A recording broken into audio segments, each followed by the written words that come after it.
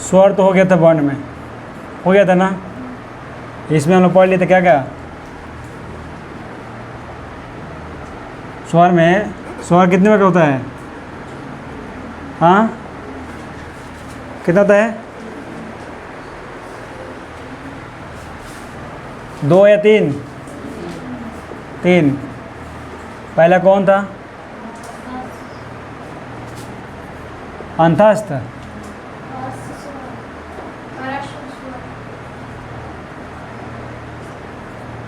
ह्रस्व, दीर्घ और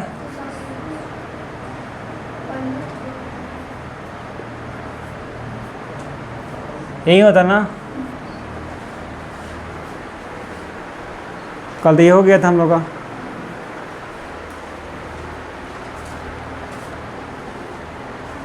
अब इसमें कौन कौन सा होता था ये सब लोग पढ़ लिए थे, है ना। आज हम लोग क्या पढ़ना है? व्यंजन वर्ण, ठीक है। स्वर वर्ण में एक दो बातें रह गई थी। कौन कौन सी बातें?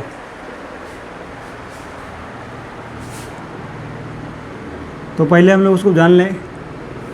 वर्ण जानने से पहले क्या था, एक रुद्र स्वर लिखा है तुम लोगों को, इसमें जिसमें 3 गुना समय लगता है, ठीक है ना। जिसे हम लोग क्या कहेंगे? ओम होता है ना जी। ओम, इसमें क्या होता है? 3 गुना सौ। ओम, बहुत ज़्यादा तुम लोग पढ़े हो, क्या पढ़ेगा? ओम तुम लोग पढ़ा होगा ना। जैसे ओम नमः शिवाय, ओम नमः शिवाय।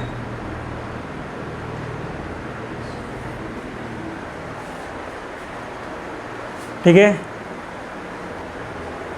बहुत जगह मंत्र लोग क्या पढ़ते हैं, पंडित लोग? ओम नमः शिवाय। एक तुम लोग का संस्कृत में श्लोक था, ओम पूर्णमदः पूर्णमिदं पूर्णात् पूर्णमुदच्यते तेजस्वी नवोदितम् अस्तु मा विद्विषावहि। ओम शांति शांति शांति। ये तुम लोग कहीं कहीं देखा हो, कहाँ? कहीं जग हो रहा है, कहीं कहीं जहाँ जग होता है ना, जो जग में सुनाई देता है वो महामंत्र का उच्चारण ऐसे ही लोग करते हैं। अगर इस तरह का मंत्र आता तो जग चालू है, ठीक है ना। ज़्यादा यही से देगा ओम शांति शांति।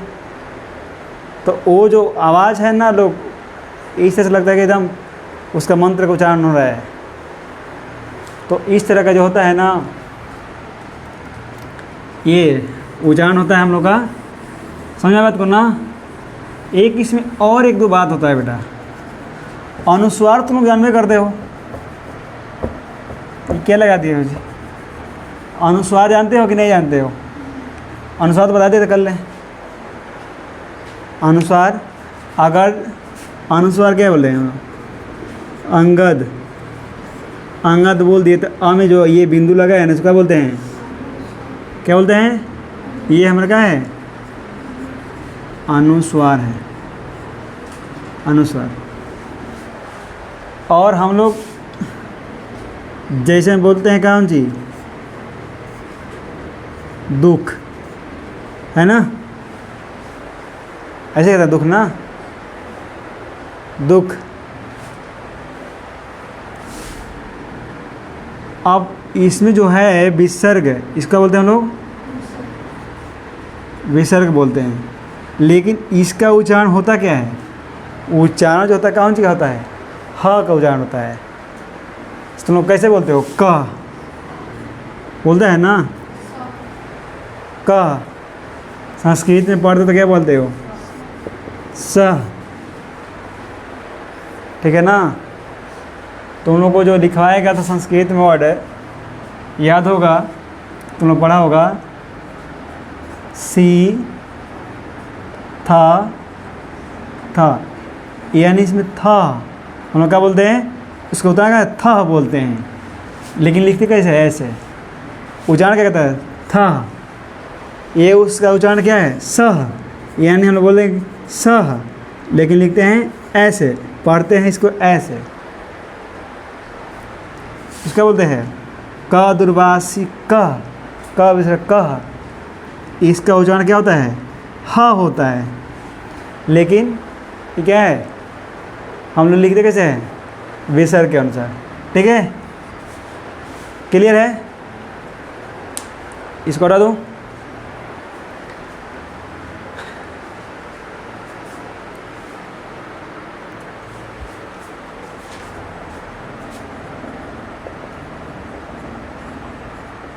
व्यंजन वर्ण, कल तो मैंने लिखवाया था ये कुछ व्यंजन वर्ण की बातें कुछ लिखवाया था, ठीक है ना। व्यंजन में कितने प्रकार होता है, 3 प्रकार होता है। पहला स्पर्श,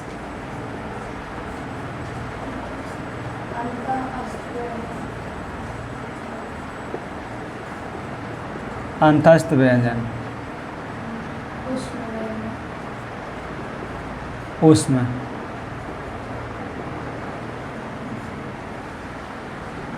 अब प्रॉब्लम आता है कि स्पर्श व्यंजन किसे कहते हैं। स्पर्श व्यंजन जो होता है किसे कहेंगे हम लोग, स्पर्श मतलब जिसका उच्चारण ओंठ, जीभ, तालु, मूर्धा, कंठ के परस्पर स्पर्श से क्या होता है, जो ध्वनि निकलती है उसको क्या बोलते हैं, स्पर्श व्यंजन। जैसे में हम लोग का स्पर्श व्यंजन लिखे थे हमने, क, ख, ग, घ, अंगा, ये इसका उच्चारण स्थान क्या है, कंठ है। क्या है, इसका उच्चारण स्थान कहाँ होता है, ठीक है। ये जो तो है च, छ, ज, झ और या, इसका उच्चारण कहाँ होता है बेटा,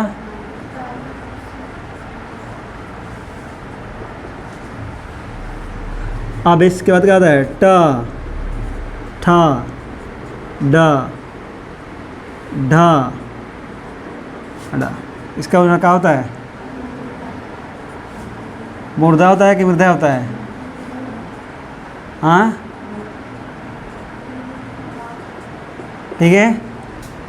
अब एक होता है त, थ, द, ध, और होता है एगो, इसका उच्चारण कहाँ से होता है, दंत से। अब एक बचता है हमारा प, फ, ब, भ और म, इसका उच्चारण क्या होता है, ओष्ठ से। ये तुम लोग एकदम जरूरी है याद करना है इसको। तो दो को तो देख रहे हो, क से कंठ, आ त से दंत, आ प से ओठ। अब तुमको दो को याद करने लगता है, कैसे याद करेंगे, च, छ, ज, च है तो तालु से, च जैसा क्या होता है तालु से, और ट लगा होता है मूर्धा से। दो याद कर देना, ये तो तुम लोग आसान याद करना। बहुत सारा प्रश्न पूछता है इसमें से, कहाँ से प्रश्न पूछेगा, प्रश्न पूछ देगा निम्न में मूर्धा से क्या होता है, उच्चारण स्थान है। ऑप्शन देगा, ए में दे देगा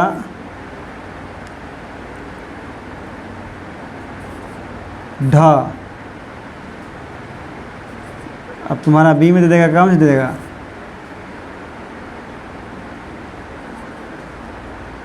यहाँ तो खा लिख दिए, ए भी करते हैं, ठीक है, अच्छा रहेगा तो लोगों को। ए में कर दिए, बी में कर दिए खा, और सी में कर दिया हमने प, और डी में कर दिए बेटा क। क ख तो कर ही दिए हैं जी, ख तो कर भी किए हैं। अब इसको ले लो ठ।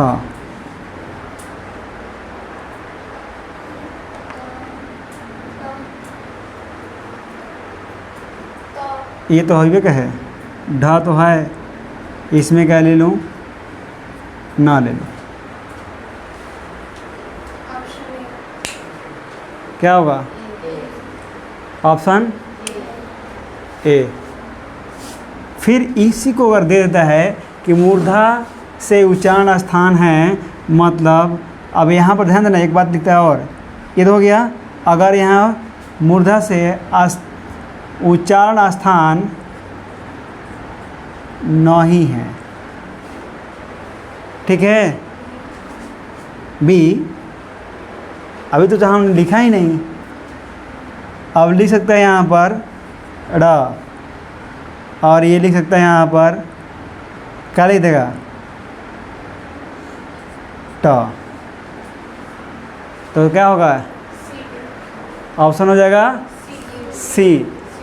अक्सर हम लोग ध्यान देना बेटा कि तुम लोग गलती क्या करते हो, हम लोग से गलती हो कहती है कि देखते हैं कि मूर्धा से कौन है, दिमाग लगा लिया मूर्धा से क्या होता है, ट का होता है।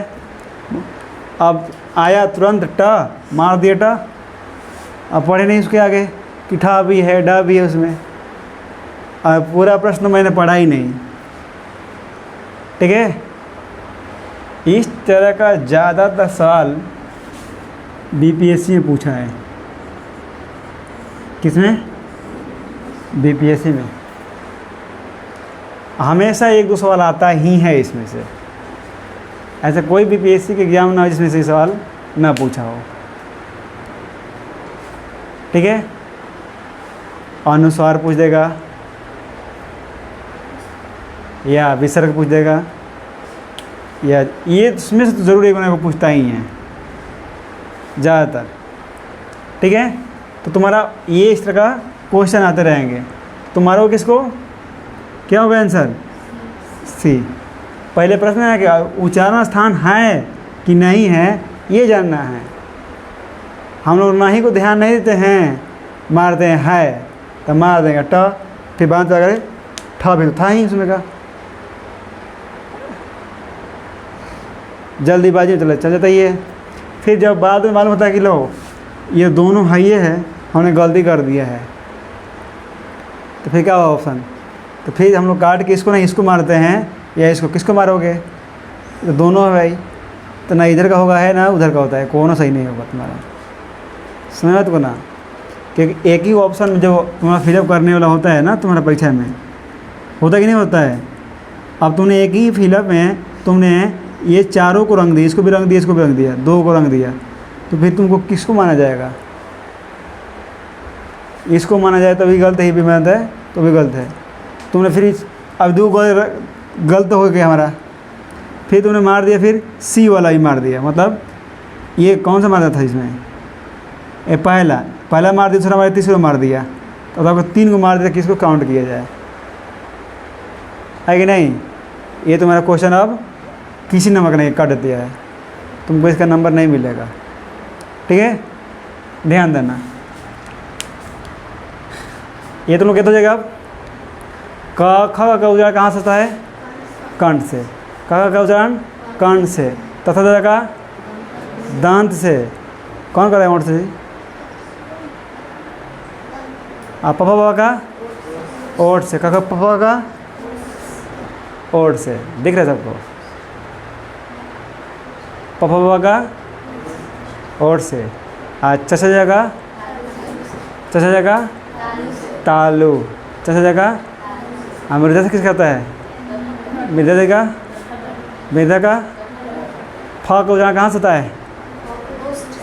हाँ, याद रखना साहब, अगर नहीं आता तो फिर से लेना, कुल 32 ही बाहर चला जाएगा। ठीक है, ध्यान दो। ये हो गया ना तुम लोग को? नोट करना है, जैसे नोट कर लो फटाफट करो।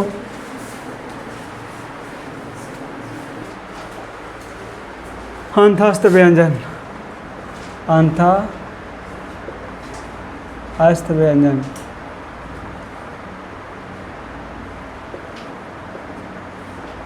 यही नहीं पढ़ना है बेटा, आप ध्यान देना इसको। अंतस्थ व्यंजन में क्या होता है, क्या क्या लिखा है जी? क्या लिखा है? देखो, अंतस्थ जिसका उच्चारण क्या है, कांट तादंत मित्रता दंत के परस्पर सटने से होता है, लेकिन पूर्ण रूप से नहीं होता है।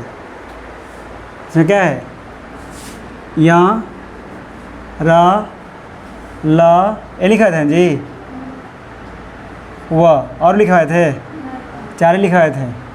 ये चारों क्या है, ये अंतस्थ व्यंजन है, ठीक है ना।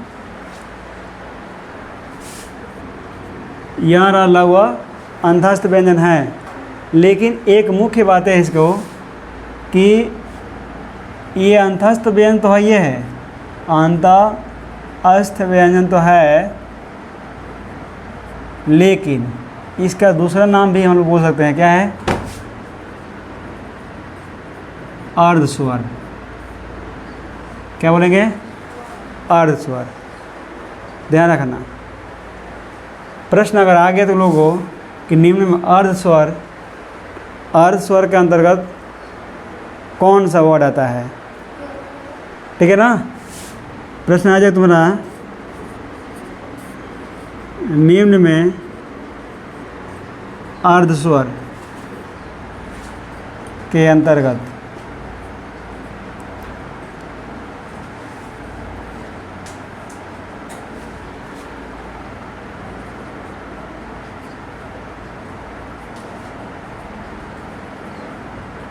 ठीक है, ऑप्शन में रहेगा बेटा तुम्हारा का, तालाबे सौ,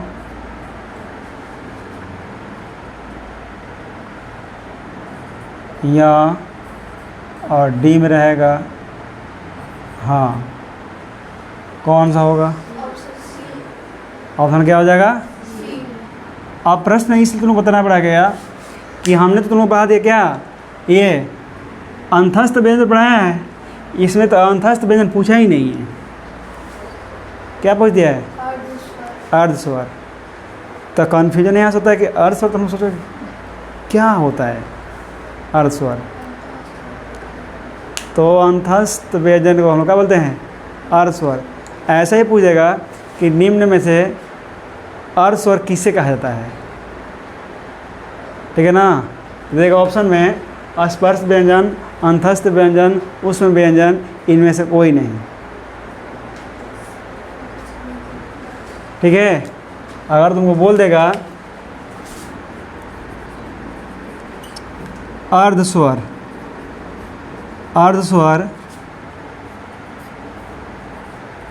किसे कहा जाता है ना, अर्ध स्वर किसे कहा जाता है, दे देगा स्पर्श व्यंजन, स्पर्श, बी में दे देगा तुम्हारा ऊष्म, और सी में दे देगा अंतस्थ, आस्था, और डी में दे देगा कोई नहीं, ठीक है। तो तुम लोग किसको मारोगे, इसका बेस मारेंगे हम लोग, समझ में बात को, हो जाए क्लियर। अब यानी अर्ध स्वर पूछे या अर्ध स्वर कौन आता है, तो हम समझ जाएंगे कि अर्ध स्वर अंतस्थ व्यंजन को आते हैं, इसलिए क्या होगा, उसका अर्ध स्वर का रूप होगा। क्लियर है, समझ में आया कि नहीं आया, और तो भूल जाओगे।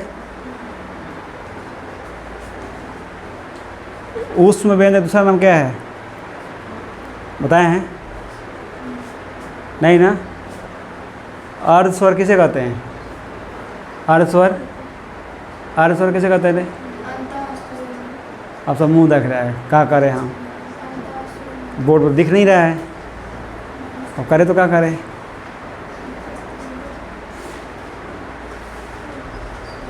चले बहुत रंगबाजी घर है। अभी पढ़ाया हमने, अभी तुम लोग ख़त्म कर दिया। ये हटा दो, अब इसको ख़त्म कर दूँ। लिखना है किसी को, नोट कर लो।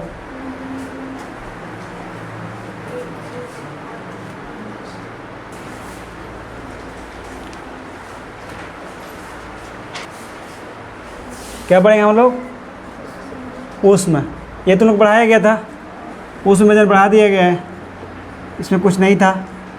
ऊष्म व्यंजन में क्या है? सॉरी क्या है? स और पहले वहीं लिख लो, ये सा, फिर ये सा, और एक होता है हाँ, इसको हम क्या बोलते हैं? ऊष्म व्यंजन। ठीक है ना, ऊष्म व्यंजन तो पता है तुम लोग को। इसका ये प्रश्न ऐसे पूछा गया कि निम्न में ऊष्म व्यंजन कौन सा है, या ऊष्म व्यंजन कौन निम्न से नहीं है।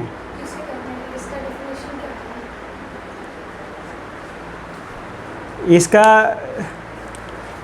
परिभाषा होगा बेटा, इसका उच्चारण कहाँ से होता है? स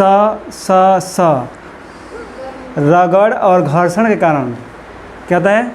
रगड़ और घर्षण के कारण जिसका उत्पत्ति होती है, क्या बोलते हैं हम लोग? ऊष्म व्यंजन कहते हैं। ठीक है ना, ये स है ना, स रगड़ हो रहा है, स तलावे स मूर्धनी स है ना, रगड़ और घर्षण के कारण होता है। ठीक है ना, हो गया समझ में? आप लोग को नोट कर लो।